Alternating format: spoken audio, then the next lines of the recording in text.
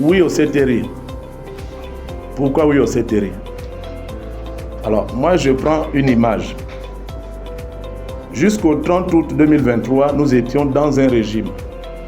Et vous savez que dans ce régime-là, moi, j'étais un apparatchik, membre du bureau politique du PDG. Le 30, il y a eu une rupture. Les institutions étaient suspendues. Les militaires ont pris le pouvoir pour une période transitoire qu'ils ont déjà définie. Au bout de cette période transitoire, nous allons nous retrouver dans un nouveau régime dont les institutions seront conçues au dialogue. Donc c'est comme si nous sommes sur une berge du Congo ici, c'est l'ancien régime, et puis l'autre berge là-bas, c'est le nouveau régime, et puis il y a un pont qui s'appelle le CTRI, qui va nous mener au nouveau régime.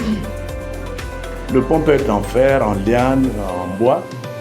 Le pont peut être solide ou vermoulu, mais le pont, c'est le passage obligé pour qu'on ait avec le nouveau régime.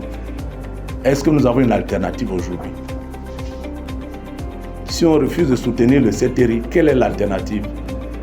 On fait un nouveau coup d'État pour remplacer le CTRI, puisque pour l'instant, les élections et tout ça c'est suspendu. Je pense que la logique voudrait que tous les Gabonais soutiennent la transition. Peut-être qu'en étant avec eux, puisque quelqu'un parle de courage, si on est nombreux, on aura peut-être le courage de dire c'est des humains qui sont là-bas. De dire aux humains qui sont CTRI, là vous êtes en train de vous tromper. Vous voyez, par exemple, il y a quelque chose qui froisse beaucoup d'entre nous, y compris moi qui suis en face. C'est les arrestations incessantes des syndicalistes.